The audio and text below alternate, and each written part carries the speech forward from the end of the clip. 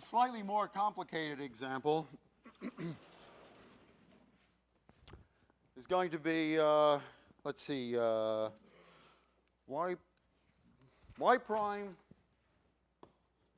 equals 1 plus x minus y. It's not a lot more complicated. And as a computer exercise, you'll work with still more complicated ones.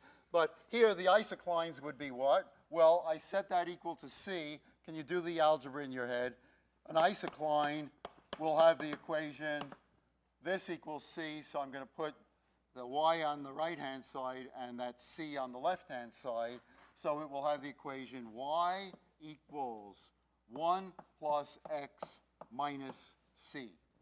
Or a nicer way to write it would be x plus 1 minus c. I guess it really doesn't matter. So there's the equation of the isocline. Let's quickly draw the direction field and see what. Notice, by the way, if it's a simple equation, but you cannot separate variables. So I will not, today at any rate, be able to check the answer. I will not be able to get an analytic answer. All we'll be able to do now is get a geometric answer. But notice how quickly, relatively quickly, one can get it. Some feeling for how the solutions behave to this equation. All right. Let's see. What should we plot first? I like c equals 1. No, don't do c equals 1. Let's do c equals 0 first. C equals 0. That's the line. Y equals x plus 1. Okay, let me run and get that chalk. So all isoclines are in orange. If so, when c equals 0, y equals x plus 1, so let's say it's this curve. C equals 0.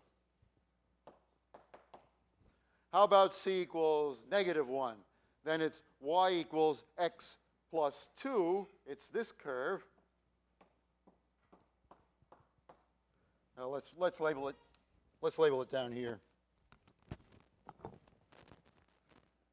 So this is c equals negative 1.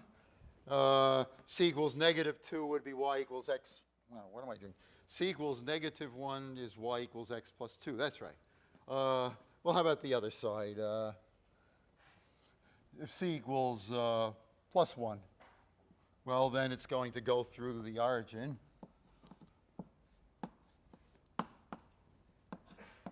Looks like a little more room down here. How about that one must, so if this is going to be c equals 1, then I sort of get the idea. C equals 2 will look like this. They're all going to be parallel lines because all that's changing is the y-intercept as I do this thing. So here it's c equals 2.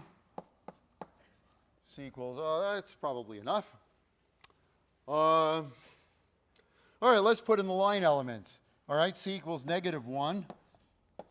These will be perpendicular. C equals 0, like this.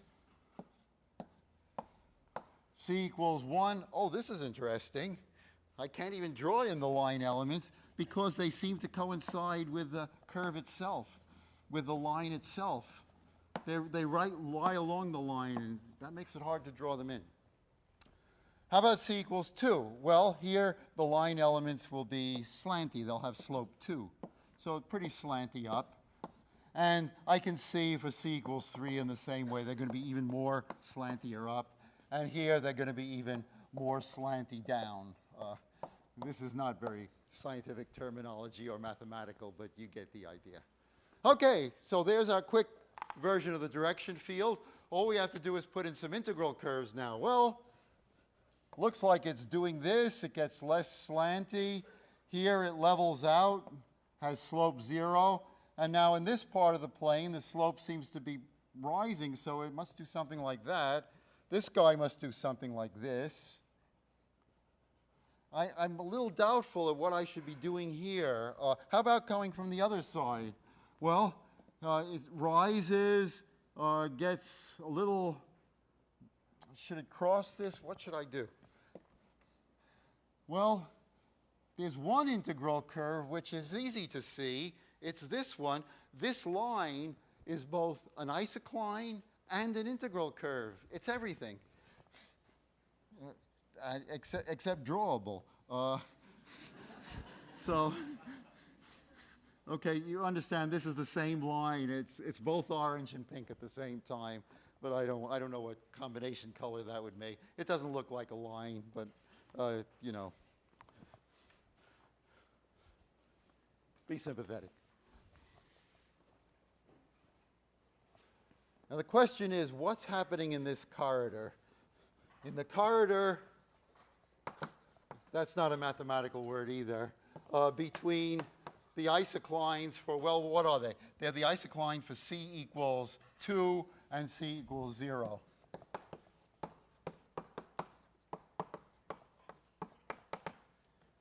How does that corridor look? Well, it's something like this. Over here, the lines all look like that, and here they all look like this. The slope is 2. And a hapless solution gets in there. What's it to do? Well, do you see that if a solution gets in that corridor, an integral curve gets in that corridor, no escape is possible? It's like a lobster trap. You know, the lobster can walk in, but it cannot walk out because the things are always going in. How could it escape? Well, it would have to double back somehow, and remember, to escape, it has to be, to escape on the left side, it must be going horizontally. But how could it do that without doubling back first and having the wrong slope? The slope of everything in this corridor is positive, and to double back and escape, it would at some point have to have negative slope. It can't do that. Well, could it escape on the right-hand side? No, because at the moment when it wants to cross, it will have to have a slope less than this line, but all these spiky guys are pointing it can't escape that way either. So no escape is possible. It has to continue on there. But more than that is true. So solution can't escape. Once it's in there, it can't escape.